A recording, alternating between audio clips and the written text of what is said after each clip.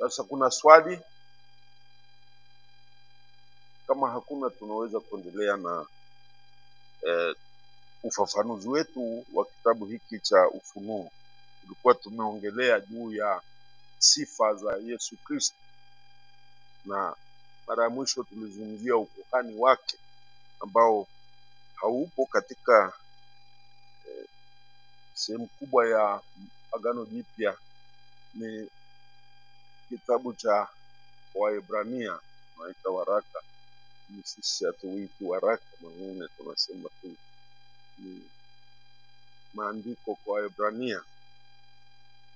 Hiyo ndio inaeleza ukuhani wa Yesu Kristo, lakini tunasikia hii picha ya Yesu inayochorwa katika kitabu cha Ufunuo hapo mwanzo ni Yesu kuhani mkuu ambaye yuko katikati ya waumini wake wanaomwamini, yuko katikati yao na anachora ile jumuiya ya waumini inayosali kama vile ni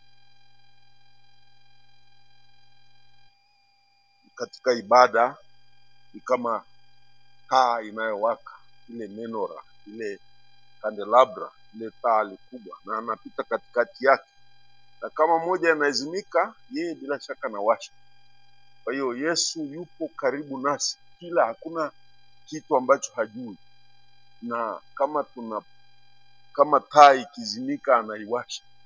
Yeye ndiye anayehakikisha kwamba zote zinawaka, ile mishumaa. Kila mmoja wetu ni mshumaa unaowaka, na sio tu kila mmoja, kila kanisa, kila kanisa ni taa moja, na wewe pia ni taa moja. Kwa hiyo kanisa ni wewe, na kwa pamoja ni kanisa, na katika ulimwengu mzima ni kanisa. Kwa hiyo kuna local church, the individual as the church. Kuna the local church, yani kanisa mahalia. Hata jumuiya inayosali ni kanisa. Alafu kuna parokia, kuna jimbo, kuna hata kanisa la Tanzania, na pia kanisa la ulimwengu mzima. Kwa hiyo kanisa limegawanyika visehemu hizo, lakini kanisa hilo nzima ni kamilifu, ni kamili. Sio nusu nusu, ni 7, ni 7. 7 ni ukamilifu. Kwa hiyo kanisa hilo ni kamili. Wewe ni kanisa kamili, mwili wa Kristo. Yes, umejengwa na ndani yake kuna Kristo anayeliongoza na kulisimamia. Ndio maana ndio imewekwa picha hiyo ya ile taa kubwa inayowaka hekaluni. Utambulisho wa uwepo wa Yesu, utambulisho wa uwepo wa Mungu kati ya watu. Kwa hiyo tujue hilo kwamba kanisa ni kamilifu, sio nusu. Likiwa wewe mwenyewe ni kanisa kamili. Alafu nimesema ikiwa ni familia ni kanisa kamili linaposali na kumwabudu Mungu. Ndio ukubwa wa kanisa. Alafu unaenda kwenye parokia. Parokia inafanyika na vigango. Vigango ni kamili kanisa, ikiwa linaabudu Mungu na kusali pamoja, ni kanisa. Likiingia kwenye parokia ni kanisa. Likiingia kwenye jimbo ni kanisa, na likiingia katika nchi fulani au region au kanda fulani ni kanisa, mpaka linafika kanisa lote ni kanisa. Sasa kuna kitu ambacho tunakuja kuambiwa baadaye kwamba tumesema, somo la Kiswahili hapa, na jambo la kujifunza hapa. Anasema Ufunuo tusikilize anaposema, na ningeomba moja, kama mna Biblia, wale wanaotembea na Biblia zao, anasema kuanzia aya ya 17, nisome tu aya ya 17 mpaka 20, hizi aya 3.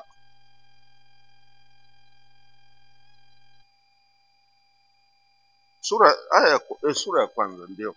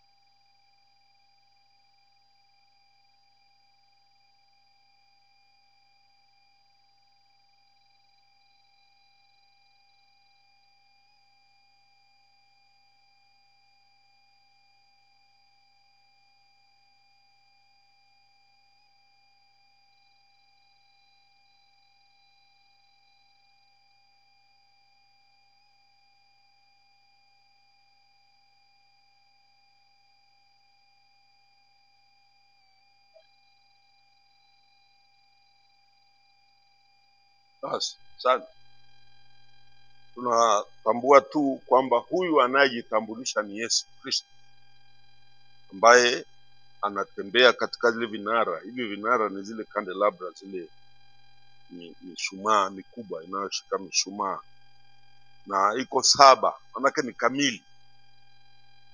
Alafu anasema yeye ameshika kwa mkono wake wa kulia. Hiyo ni lugha ya Biblia. Kwa kushika kitu katika mkono wa kulia, ina maana kuhakikisha hakuna anayeweza kukunyang'anya. The most powerful force, power. Yani Yesu anahakikisha kwamba makanisa yote yako safe. Ndio maana yake. Akisema anakushika na kukulinda kwa mkono wake wa kulia, maana yake hakuna kinachoweza kufanyika kwako. Wewe una ulinzi kamili na hakuna anayeweza kufanya chochote. Kwa hiyo makanisa yako yameshikwa na mkono wa kulia wa Mungu.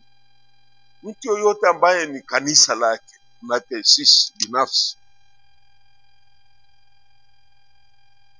tunapokuwa ni watu wake, Yesu anatutunza kwa namna ya kwamba hawezi kutetereka.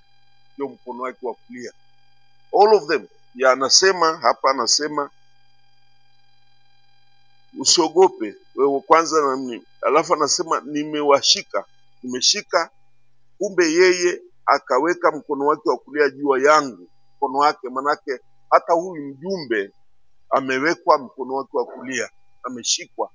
Pia barua sawa anasema, but I laid his right hand upon me, saying, fear not. I am the first and the last and the living one. I died, and behold, I am alive forevermore, and I have the keys of death and hate. Sasa kutamka mkono wa kulia wa Mungu, manake ni nguvu yake yote na ukuu wake wote, omnipotent hand of God, mkono wa kulia. Kwa hiyo anasema alimwekea mkono wake wa kulia na ulinzi. Alafu anamwambia asiogope, kwa sababu anachoona ni ukuu wa Kristo ambaye hakufikiria. Ukuu wa Kristo ambaye ana sifa zile za Mungu Baba mwenyewe. Ndio ukuu ambao unatisha. Kama unakumbuka Isaya alipoona kiti cha enzi cha Mungu, kitabu cha Isaya sura ya 6, anaposema aliona amekaa kwenye kiti cha enzi, akaanza kuona kwamba hastahili kuwa pale.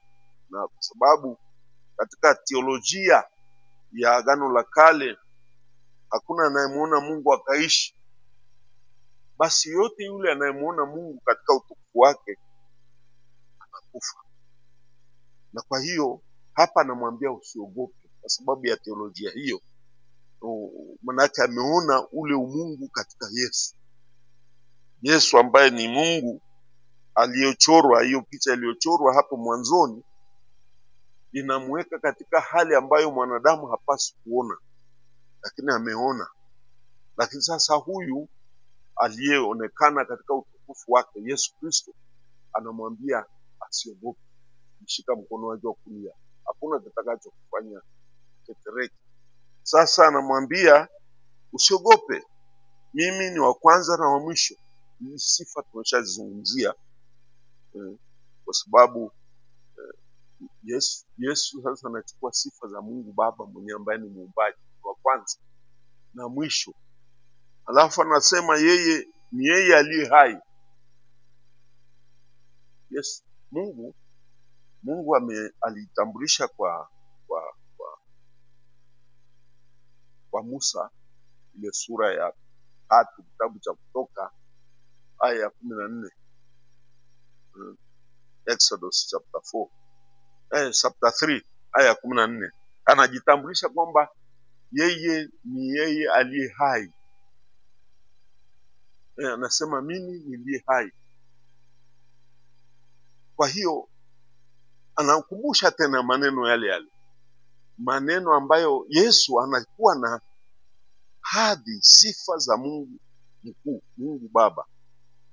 I am yeye, mimi ni Yahwe, ndio aliye hai. Neno Yahwe limetokana na neno uhai. Niliwaambia ni haya, linatokana na lugha ya Kiebrania haya. Kwa hiyo sasa anajema mimi niliye hai. Amesema niliye hai, yeye aliye hai. Lakini alishakufa. Mungu hajafa. Alikufa lakini akaishi, manake ni Kristo. Kristo alikufa na yuko hai. Sifa hizo. Alafu nalikuwa nimekufa lakini kumbe niko hai daima na milele, forever. Nami ninazo funguo za mauti na za kuzimu. Hizi funguo ndizo alizokabidhi pia kanisa. Funguo za kuzimu ni mtu anayekwenda, wale wanaokwenda kuzimu ni wale ambao wamekataliwa kuokolewa. Manake kama huungami, kama hutubu, ukafunguliwa makosa yako, wewe you are destined to hell, kuzimu. Lakini aliwapa kanisa nguvu ya kuondoa dhambi, manake kufungua motoni watu toka. You are destined to hell, AIDS, right? Hilo sasa kanisa lina uwezo hapa duniani kuzuia, kufunga na kufungua, kuzuia mtu asiende mbinguni kwa kumwondolea dhambi zake. Watu hawajui hilo, lakini kanisa lina nguvu kubwa ambayo hata hawajui, hata mara nyingine hatujui inakuwaje. Lakini linafungua mbinguni na pia linafunga mbinguni, linafungua heli na linafunga. Kwa hiyo kanisa lina nguvu zile za Kristo mwenyewe. Anamweleza hizo kusudi aelewe. Anasema ninazo funguo, na hizo alimkabidhi Petro. Sasa andika, mahali ambapo nitakwenda ni anasema andika, anamwagiza Yohane aandike sasa haya aliyoona na aliyosikia, aandike chini kwenye kitabu. Sasa anamwambia sasa andika ulioyaona, yaliopo na atakayo kuwepo baadaye. Mambo ambayo sasa niseme tu kwamba kitabu hiki anachoandika sasa, anaambiwa andike, ambacho anaambiwa atakachoambiwa na atakachoona. Yatakuja mwanzo sasa, yatakuja mengi. Lengo lake ni kwamba mambo haya yanafanyika, sio kwamba ni yajayo tu yanayofanyika sasa, yaliopo sasa. Kitabu hiki kinaeleza mambo yaliopo sasa. Kitabu cha Ufunuo sio swala la eschaton tu, sio mambo yajayo tu. Na ndio hii unasikia na naumia sana watu wanapozungumzia kitabu cha Ufunuo kana kwamba ni mambo yajayo tu, mambo ya mwisho wa dunia tu. Hapana, ni ya sasa pia. Kitabu hiki kina deal na maisha yetu ya sasa, yanayotendeka sasa yako kwenye kitabu cha Ufunuo. Hatumjui ile nyoka sasa hivi, hayupo. Kwa nini tunazungumzia tu mwisho wa dunia, moto na nini, kutisha tu? Hapana. Now also yale yanayotendeka sasa yako kwenye kitabu hiki, na inafaa tunaposoma, kabla ya kufikiria yajayo, ufikirie ya sasa na ya jana. Inakugusa wapi? Haya yanatendeka wapi? Lini? Kwa vipi? Matokeo yake ni nini? Alafu ndio ufikirie labda ni yajayo. That's the next. Tena kitabu hiki niwaambia, tabia ya maandishi ya Ufunuo ni mambo yanayokuja haraka. It's imminent always. Kila kitu ni haraka. Kwa hiyo usifikirie kwamba kinakupa kitabu hiki, akikupi muda wa kupoteza, ni haraka. Kwa hiyo kitabu hiki kinawaalika wasomi wake wanaokisikiliza. Kimeandikwa ili sio kusomwa, kimeandikwa ili kusikilizwe. Kuna mmoja anasoma, wasikilize kwamba anachosema kinatokea sasa hivi, immediate. Kwa hiyo ni kitabu kinachowaalika wote walio katika mazingira yoyote yale wachukue hatua haraka. Mojawapo ya kitabu ambacho ni tofauti na vingine, kila kitu ni haraka. Unageuka hivi unaona, unageuka hivi unaona kile, unageuka, vinakwenda haraka. And therefore there's no time to waste. Hakuna muda wa kupoteza. Mtu ambaye anapoteza atapotea na ule muda. Kwa hiyo kitabu hiki ni cha mwaliko wa haraka, na ingekuwa hivyo watu wangetubu. Kwa hiyo ni kitabu kinachohimiza kutubu haraka. There is no time to waste. Alafu nasema yanayokuja, siri ya nyota 7 ulizoziona katika mkono wangu wa kulia, tena vinara 7 vya mishumaa vya dhahabu ni hii. Nyota 7 ni malaika wa makanisa 7, na vinara 7 vya mishumaa ni makanisa yenyewe 7. Sasa ndugu zangu, swala moja ambalo linatesa waandishi, hata imeleta manake sokotesa such nalo malumbano katika wataalamu wa Biblia, ni hawa malaika ni watu gani? Hapa hii sura ya 1 aya ya 20 inasumbua wataalamu wa Biblia. Hawa malaika 7 ni watu gani? Nani? Ni akina nani? Hapa amesema siri ya nyota 7 ulizoziona katika mikono yako ya kulia, tena vinara 7 vya mshumaa vya dhahabu ni hii. Nyota 7 ni malaika wa makanisa 7. Hao ni nyota. Sasa malaika hao ni nani? Kwenye kanisa kuna malaika? Kwa kawaida malaika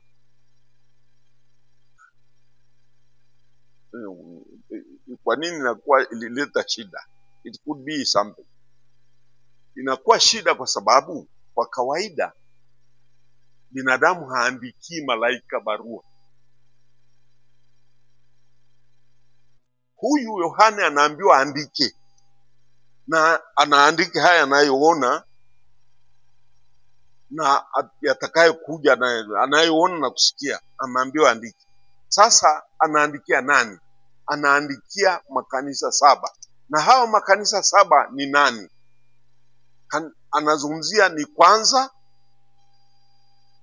anasema hapa ni nyota 7 zilizo mkono wa kulia wa Bwana, ameshika hizo nyota 7. Sasa anaandikiaje malaika?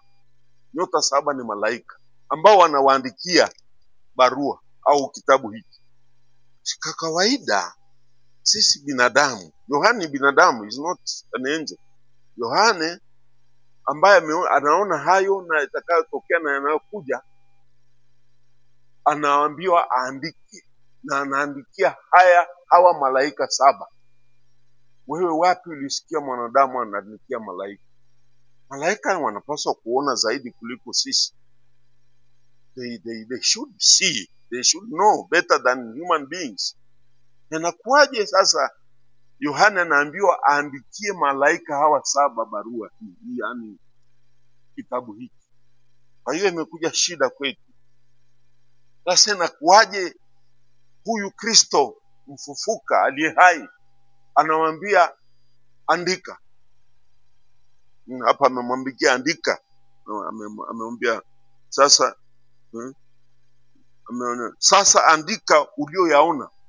Anaandikia nani? Malaika 7 wa makanisa. Sasa malaika 7 ni watu gani? Bila shaka si malaika wa kawaida, kwa sababu sisi hatuandikii malaika. Tofauti yake, malaika wanapaswa kutupa habari. Hiyo ni kawaida. Malaika wako karibu na Mungu kwa kawaida. Angels, they are closer to God than human beings. They are heavenly beings. Ni viumbe vya mbinguni na vinaona na vina privilege ya kuona kuliko sisi tulio na mwili na macho haya ya kibinadamu. Sasa imekuwaje Yohane ambaye ni mwanadamu mwenzetu anaambiwa waandikie malaika? Who are these angels? Ndio swali linalo malumbano kati ya waandishi wa Biblia. Hawa malaika 7 ni wanani? Sasa imekuja shida na mtazamo tofauti. Katika kitabu cha Ufunuo, neno malaika lina maana nyingi, lina tafsiri nyingi. Malaika katika lugha ya Kiebrania ya kibiblia jumla, malaika neno linatokana na lugha ya Kiebrania yenyewe. Malaika ni neno la Kiebrania kwa kweli, malaika, ambalo walikuja kulifanyia likawa neno la Kiarabu. Malaika sio Kibantu, sio neno la Kiswahili, neno la Kiebrania, Semitic. Malak ni mjumbe. Malak ni mjumbe, mtu aliyetumwa. Mshenga, malak, unatumwa peleka habari hii kwa mtu huyu, ni malak, wewe ni malaika. Sasa limetumia neno hili, limetoka kwa hii lugha ya Kisemiti, Kiebrania, likaingia kwenye lugha dogo iliyokuja baadaye ya Kiarabu. Lugha ya Kiarabu ni ya juzi tu. Kwa hiyo ni mtoto, ni dada, tunaita sister language. Ikatumia ile neno malaika la Kiarabu waliochukua kwa Kiebrania, wakiwa na maana ni mjumbe. Mjumbe yote ni malaika. Kwa hiyo mtu aliyetumwa, mtu aliyepewa ujumbe au peleke kwa watu wengine, that's a malak. Sasa malak, tukianza kuona hayo, ni kwanza huyu mtu lazima awe na sifa, na ndio sifa ya kwanza ya Yesu pia. Malak, mjumbe, lazima awe na sifa 2. Sifa ya kwanza, anamjua yule anayemtuma. He has to know the sender. Lazima umjue. Huwezi kutumwa tu na mtu useme nani amekwambia lete hapa na ujui. Hata Musa alipotumwa na Mungu akawakomboe watu wake kule Misri, alimuuliza Yesu, wataniuliza ni nani amekutuma? He asked God, what will I tell them if they ask me who sent you? Sio. Akamwambia, yes, now I reveal myself to you. I am Yahweh. Mimi Yahweh. Jina lake sasa. Mara ya kwanza Mungu anajiita mwenyewe jina lake. Kwa hiyo alijitambulisha, ili when they ask me, watakaponiuliza ni nani amekutuma uje kuambia mambo haya au kufanya mambo hayo, au hata Farao akiniuliza who sent you, what shall I answer? Anamwambia mwambie ni Yahweh amekutuma. Nao kwa hiyo ni muhimu mjumbe yeyote kujua ni nani anakutuma. You know exactly who is sending you. Kwa hiyo malaika wanamjua Mungu kikamilifu na kiasi kama malaika. Mungu hawezi kujireveal kwa malaika, hata malaika they don't know God fully. Bado wanabaki ni creatures, ni viumbe. Kwa hiyo Mungu anajifunua kwao kwa uwezo wao kama malaika. Kwa hiyo anawaambia Mungu, kwa hiyo sifa ya kwanza ya malaika ni kumjua ni nani aliwatuma au alimtuma. Kwa hiyo hawa viumbe ni viumbe wao, au mjumbe yoyote yule lazima ajue ni nani alimtuma. Lakini sifa ya pili ni kujua unatumwa kwa nani. You must know the recipients, wale watakaopokea ujumbe wao. You cannot be sent, huwezi kupelekwa kwa mtu ambaye huwajui. Perhaps they are violent, watakupiga mavisu, watakuua. Kwa hiyo mjumbe lazima ajue pande zote mbili, the sender and the recipient, the addressee, yule anayepelekewa ujumbe, the beneficiary, ala ajue ni nani anapokea. Sasa kwa hiyo malaika ni watu ambao wanajua sehemu zote mbili na wanaji-identify with both sides. Wanajulikana kwa pia, wanajulikana kwa Mungu, kwa yule sender, pia wajulikana, sio kumjua tu, wanajulikana kwa yule sender, yani God who sent. Hata wewe kama ni mfalme, ajue ni mfalme Nebukadneza au mfalme Cyrus au Kaisari Augusto au Nero amenituma, na ajue Nero ni nani na kila kitu vizuri. Na Nero anamfahamu kwamba I have sent angel Gabriel, angel Raphael, au malaika yote yule hawajui. So there's no ignorance in between the two. Kwa hiyo pande zote mbili, yule malaika anamjua Mungu, awe anamjua Mungu na sifa zake. Also, he's not a terrorist, he's merciful, he's kind. His message is probably a kind of offer to these people, help. Kwa hiyo anamjua aliyemtuma, na yule aliyemtuma anamjua. Hiyo ni muhimu. Kwa hiyo malaika ni lazima amjue Mungu kuliko wewe. He is closer to God than we. You and I, wote anajua. Hiyo ya kwanza. Lakini pia ajue pande zile nyingine. Wale wengine wajue ni nani. Who is an angel? To the other side. Upande wa wanadamu lazima wajue, wamtambue kwamba wewe bwana unakuja hapa, wewe ni nani? They would ask. Sio kwamba kwanza wajue ujumbe umetoka kwa nani, sawa. Wao wale wanaopokea wajue ujumbe ni wa nani, wewe ni nani umetuma. They will have to know him, the agent, manake yule mshenga lazima ajulikane. Huwezi kuja tu na mshenga, yani malaika wale wanaopokea ujumbe ule wanamfahamu huyo malaika. La pili, malaika anawafahamu wale wanaopokea ujumbe. Kwa hiyo hizi sifa zipo. Sasa anasema Yohani aandikie malaika 7 wa makanisa, na waandikia. Who are these angels? Hawa malaika ambao hawamjui Mungu, hawajui matukio yajayo na yaliyotendeka, because they are anawainform, because they don't know, au anawakumbusha, they have forgotten perhaps. Kwa hiyo who are these angels who do not know what will happen tomorrow? They don't know. Neither do they know what had happened, kilichotokea hawajui. Who is this? Who are these angels? Unaweza kubuni kwenye nchi wa namna gani? ambao ni ignorant of the divine plan, na hawajui ni watu gani hawa. Sasa katika malumbano, wataalamu wa Biblia wamehangaika. Kuna malaika hao 7, na anasema ni malaika wa makanisa. Hapa amequalify, amesema nyota 7 ni malaika wa makanisa 7. Hao bila shaka sio malaika wale ambao tunawajitambua.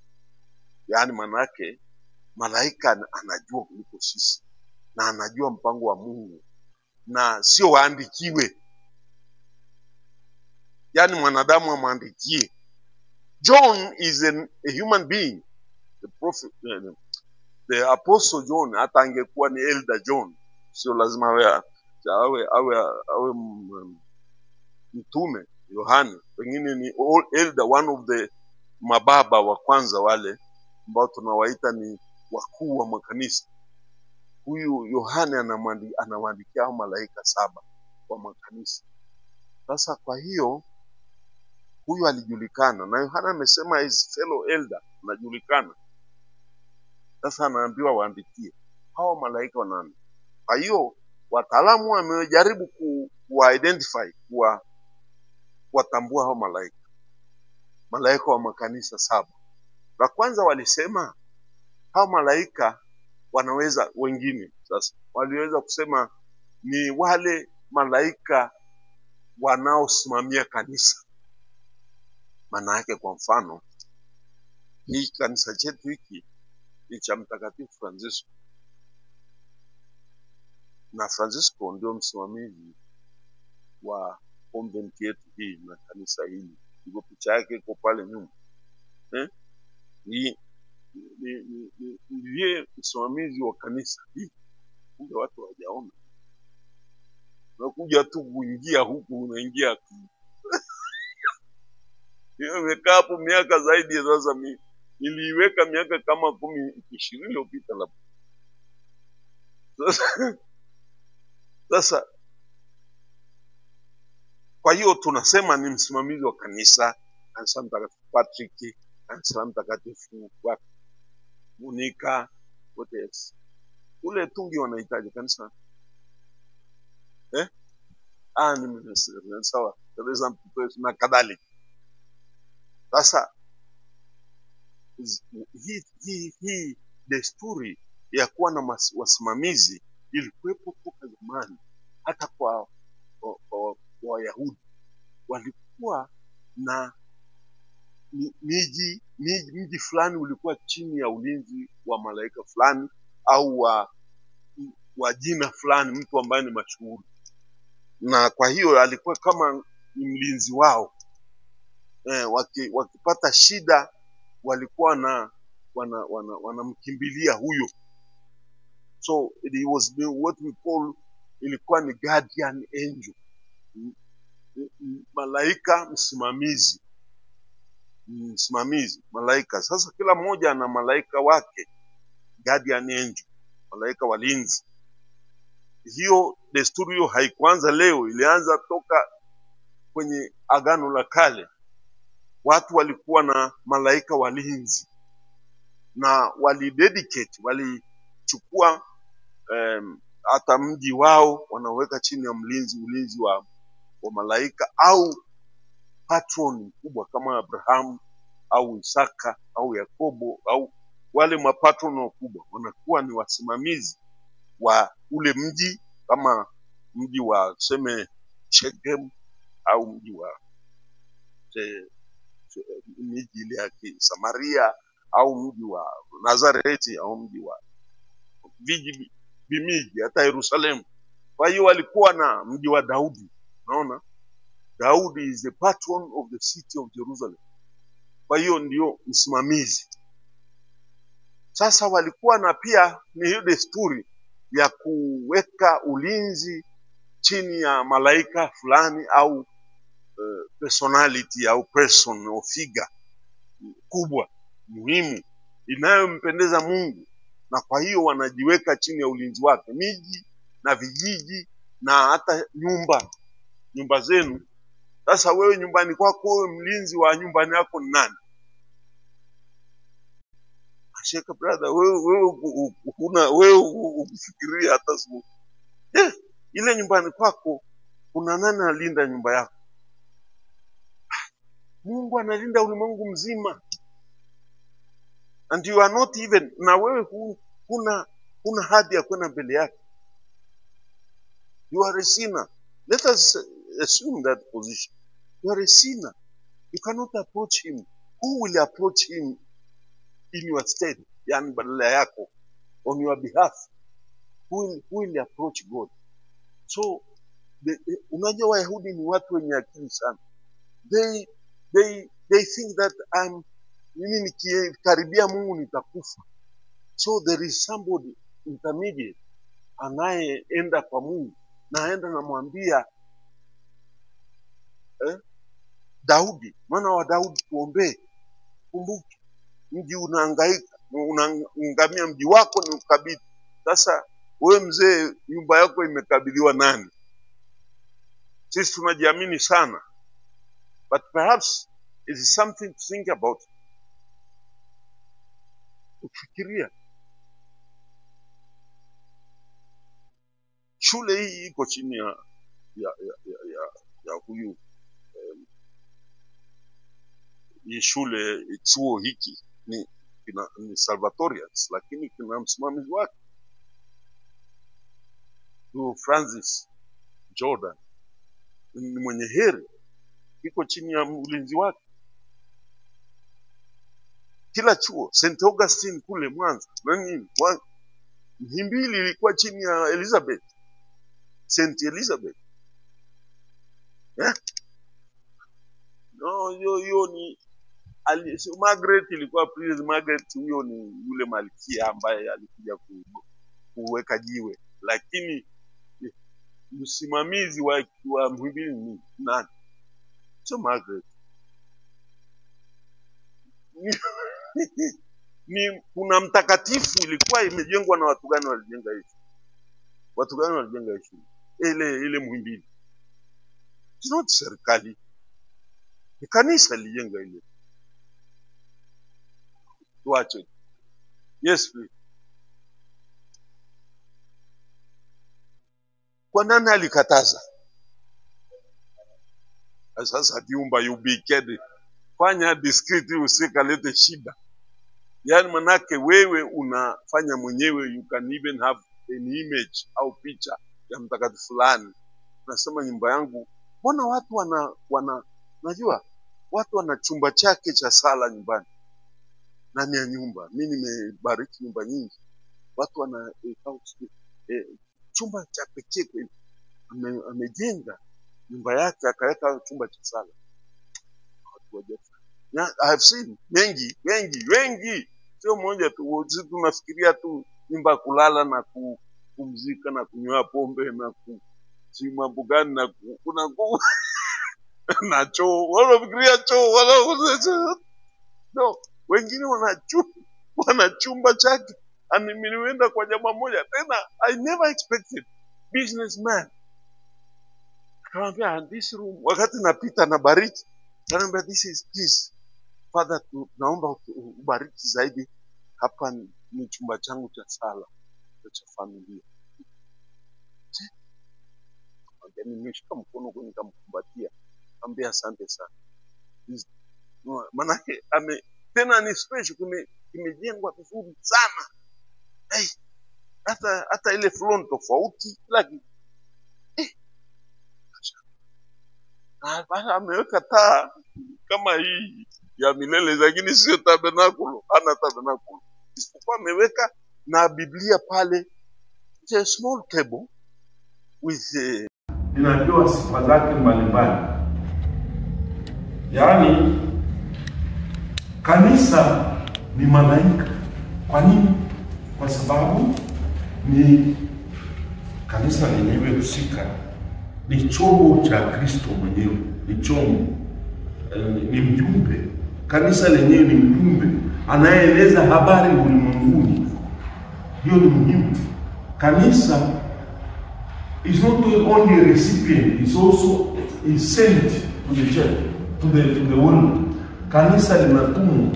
Kwa hiyo lenyewe ni malaika anayetumwa kwa mataifa, kwa watu, kwa wasioamini, wapagani na wale wadogo, hata wanaoamini. Linatumwa kusafisha, kuonyesha njia. So the church itself is an angel, is a messenger. Kanisa ni mjumbe pia. Kanisa lote. It's not only one or the leaders, no. Is an angel. Kwa hiyo kanisa hapa inaweza kuwa ni kanisa lote. It is considered as an angel. Why? Kwa sababu inajua siri za Mungu. The church knows a lot of mysteries.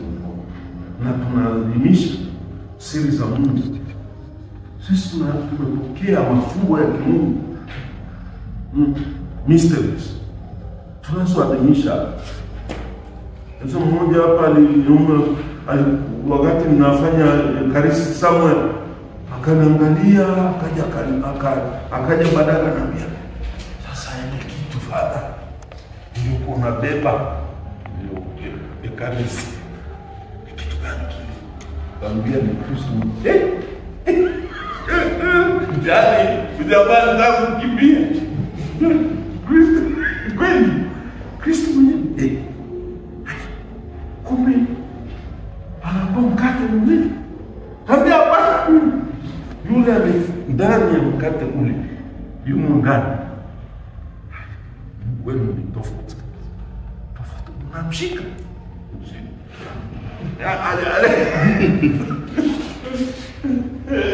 Msomi is a professor really look at that person. And under this is something which I need to know. The secret of your belief. How to believe in it? But there it is. That's the secret I have. And you should fear. Really, I don't fear. I don't understand. You people, you are holding God. Ambia tena yuko hapa na kusikiliza sasa hivi.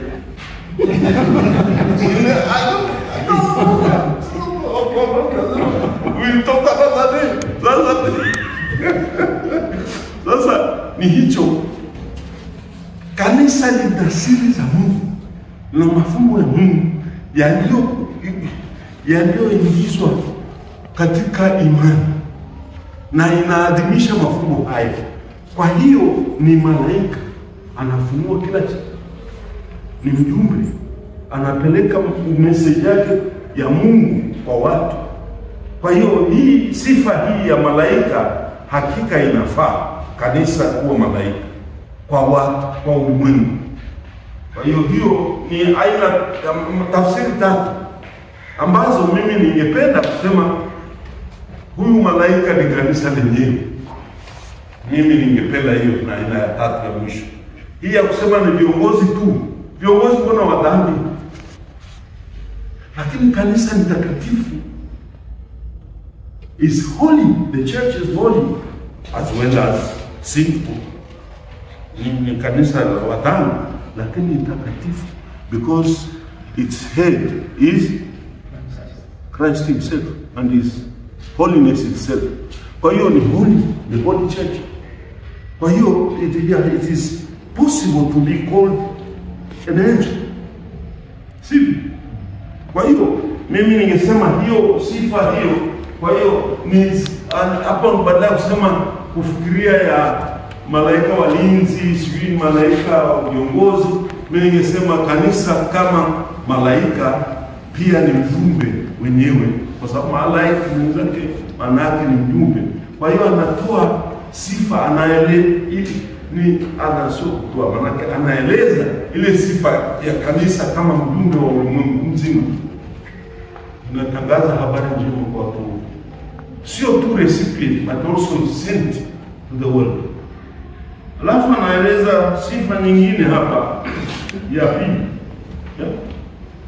Ya pili anasema vile vinara. Kwa hiyo Yohana anaandikia makanisa hayo yenyewe, hayo saba. Alafu anasema vinara 7 vile candelabra zile candelabra moja candelabra ni plural. Sasa yale ile vinara vya mishumaa au vya taa, sio mishumaa, hawana mishumaa sana. Wale vinara vile 7 vya mishumaa, tuna mishumaa lakini hawakuwa na mishumaa wakati ule. Ingekuwa ni vinara vya taa za mafuta, lanterns. Ni makanisa yenyewe 7. Kweli kama nilivyosema, ni sifa hii ya pili ya kanisa. Tumesikia hapo mwanzoni kwamba Yesu anajitambulisha kama yeye anayepita katikati ya vinara 7. So tunafikiria wakati wa ibada vimewashwa candelabra ni kubwa sana. Limoja ni kubwa la dhahabu. That's very expensive. I don't know. Sasa kwa kawaida candelabra ilikuwa moja tu inayokaa kwenye hekalu la Yerusalemu. Kabla hujaingia kwenye Holy of Holies, ile kanisa la Yerusalemu, hekalu la Yerusalemu iligawanyika tuseme ni vipande 4. Na kila kipande unapanda hatua moja juu kwenda. Unaanza kule nje. Kuna mahali pa kusafisha miguu kabla hujaingia hekalu. Alafu unakuta ule mlango unaitwa mlango wa dhahabu, ile geti kuu yenye milango 2. Hiyo ndio watu wanaingia. Wakishajitawaza pale nje, wanapanda zile ngazi. Ngazi zile ziko mara nyingine wamesema ni 37, wengine 57. Kweli ni ngazi za kupanda pale. Lazima ujizatike kupanda. Unapanda kwenda juu, manake zile fonts za maji ya kutawaza ziko 2, upande huu. Moja wanawake, moja wanaume. Unanawa kule, unatoka. Unapoingia urudi kule, unaingia kule, unatokea huku, usichafuke tena. Alafu unapanda zile ngazi. Zile ngazi upande huu kuna wale walai wanaimba zaburi zile. Hata ukisoma Zaburi ya 122 unasikia ladha yake. Au Zaburi ya 84 unasikia ladha yake. Au Zaburi ya 87 unasikia ladha yake. Hizo ni zaburi walikuwa wanaziimba wakati wanapanda zile ngazi. Kweli pale unapanda unajisikia tofauti kabisa. Toka kule chini unapanda kwenda juu kule. Wale unapanda mpaka unafika kwenye ile pale kwenye geti kuu naingia. Chemba ya kwanza, yani nafasi ya kwanza ni kubwa. Ni wale majendas, watu wa mataifa. Unajua watu wa mataifa ni watu wa cha Mungu, lakini sio Wayahudi au kutahiriwa. Kwa hiyo walikaa pale. Na wengine ni wafanyakazi wanaokuja kusali. They were servants or even slaves. And somewhere wale wanaoleta na magari yao, magari sio ya petroli, ilikuwa ni magari ya kuvutwa kwa ng'ombe au farasi ni wachache sana, au punda au ngamia. Sasa walikuja hao hawakuweza kuingia kule kwa sababu hawajatahiriwa. They were known as Gentiles. Na walikaa mahali pao. Sehemu kubwa. Hekalu lilikuwa kubwa. Kwa hiyo unakaa sehemu kama hii yote ni kwa wapagani. Alafu unapanda ngazi. Hapa kuna reli. Reli inazuia watu wasiliwe. Basi unapanda zile ngazi kuingia kwenye nafasi ya pili ya wanawake. Hiyo ni division number 2 ya wanawake. Wanawake walikaa pale, ndio sehemu yao ya kusali. Na ilikuwa the biggest part of the, so biggest, the second biggest, ni area kubwa. Kwa nini? Kwa sababu ilikuwa ofisini, alafu unaenda mbele unakuta sehemu inaitwa piwa heka, yani sehemu ya Waisraeli inaitwa ya wanaume, lakini inaitwa the Israelites court, the court of Israel, the court of Israel. na hiyo ndio ilikuwa na jina inaitwa hekalu. Hekalu neno hilo manake ni hall. Hekalu. Ndio neno hekalu linatokana na ile court of men of Israel. Sasa hiyo hekalu ndio central part of the temple. Kwa hiyo unapanda ngazi, unaingia, unavuka ile sehemu inaitwa dukani, ambayo dukani ni ile sehemu ambayo inatenganisha wanawake na wanaume, na hapo ndipo sadaka zinapokelewa. Hiyo duka, sehemu hiyo. Ng'ombe ukija na ng'ombe wako, kuna mlango wa kuleta ng'ombe. Kwa nini? Hekalu ilikuwa na milango 12. Kwa mlango huu unaitwa the door of sacrifice. Analetwa pale, ng'ombe wako anawekewa mikono, anapelekwa mbele. Mbele yake kulikuwa machinjio, abattoir. Machinjio. Pale anapigwa kisu na Walawi mara moja, walikuwa na kiu sana ya ng'ombe, ya nyama. Walikuwa wanapokea iwe njiwa, iwe unga, iwe matoleo yote yalipokelewa kwenye duka. Sio duka. Sio sema neno ile duka, hapana, sio duka. Kitu kingine kabisa. Sehemu hii. Baada ya kutoka duka ndio unaingia hekalu. Hekalu hapo ndipo sehemu kubwa ya wanaume. Na katika sehemu hiyo unaenda mbele, unakutana na sehemu ya pili ya katika hekalu. Hekalu liko na sehemu mbili kubwa. Ya kwanza ya wanaume wa kawaida, afu nakuja the second part of the hekalu, ilikuja ni sehemu ya makuhani, priests. Court of priests. Hapo ndio walikuwa napokelea ndio hapo katikati ilikuwa kule altare kuu. Bronze, yani ilikuwa bronze ni altare kuu, ni kubwa kweli. Ilikuwa altare kuu ya kutolea sadaka, the altar of Holocaust. Bronze altar. Ilikuwa ni bronze, manake ni ya shaba. Very heavy. Mmoja alisema ilikuwa na tani 1000. Kitu kama hiyo. Na walikuwa wanatolea sadaka pale. Makuhani walikuwepo, Walawi wamechinja kule, wanaleta kwenye altari hiyo. Altari ilikuwa na mfereji, unachukua damu kupeleka kule chini kwenye bali. Bali sana. Kama unapeleka damu kule barabara kuu, mbele. Labda sio sana. Hapa wewe kwa mfereji unapeleka damu mpaka wewe bondeni. Kwa hiyo ilikuwa ndio altare kuu. Na pale sasa kutoka hivyo ndio utakuja, unapokuja hivi unakuta tena ukuta mwingine. Sio ukuta passage. Unakuta ile sehemu nyingine imeinuliwa kutoka kwa the court of priests, yani mahali makuhani. Unapanda tena ngazi. Kila wakati ni kwenda juu. Kwa hiyo kila wakati ni kwenda juu. Kwa hiyo unapanda tena ngazi mbili au tatu. Unaingia sehemu ambayo inaitwa sehemu takatifu.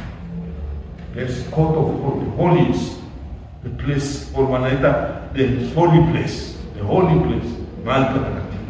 Ndio unapanda. Sasa hapo mahali patakatifu ndipo ilikuwepo meza ya mkate ya maonyesho. Ile meza ya maonyesho. Waliweka mikate miwili ambayo ilikuwa imekatokata slice 12. Kila kipande, kila mkate na slice 6. Mikate miwili. Na kwenye meza.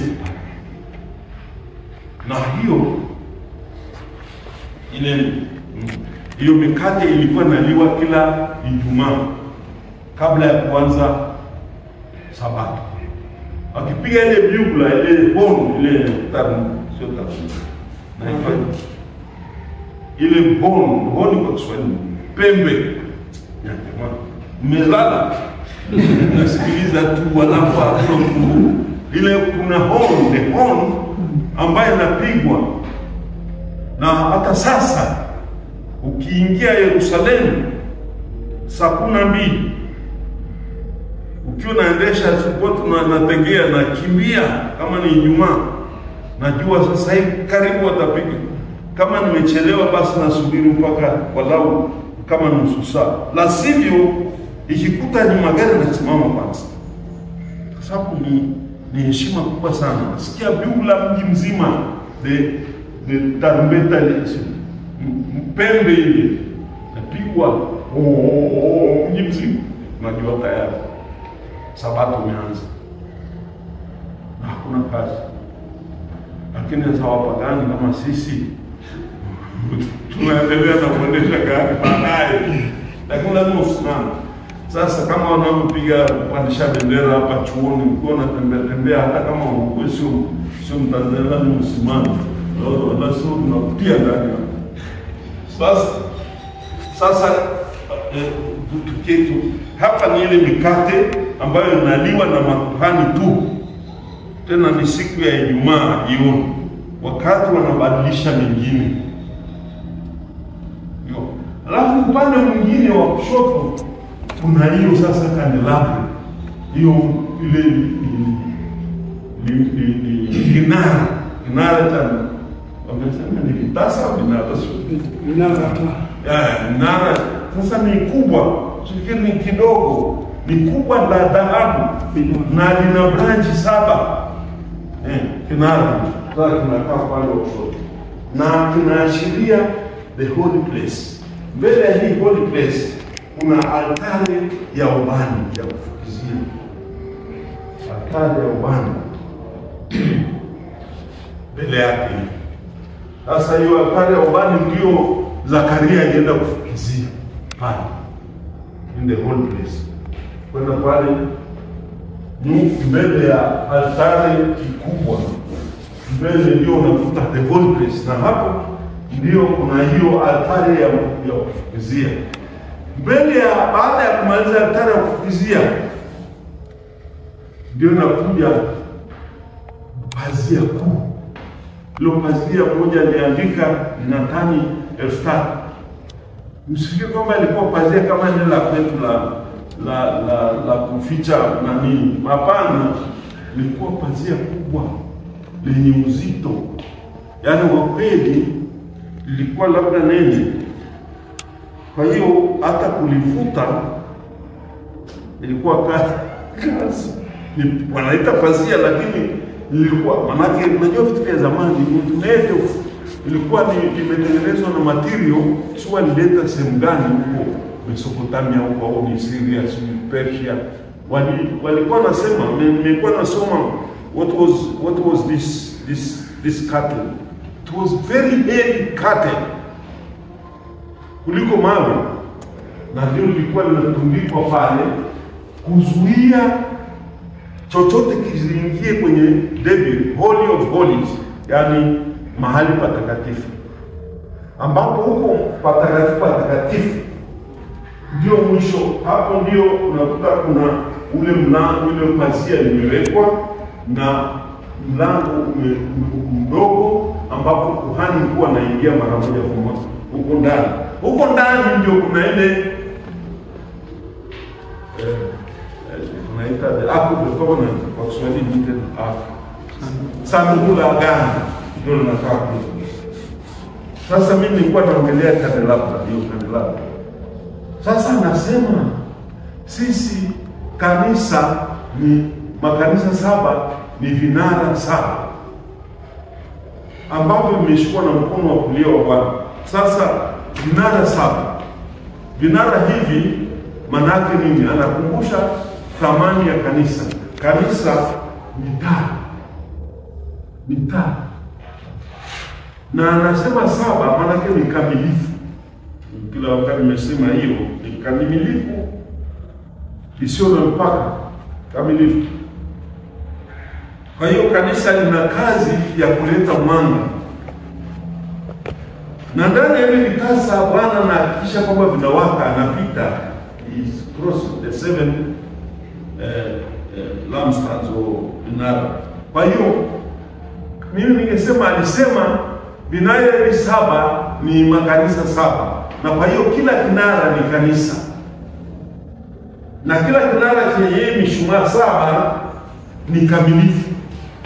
Kwa hiyo huwezi kusema kama wewe nyumbani kwako unachukua ni kanisa, manake mahali ambapo Bwana ana worship, anaabudiwa ni kanisa.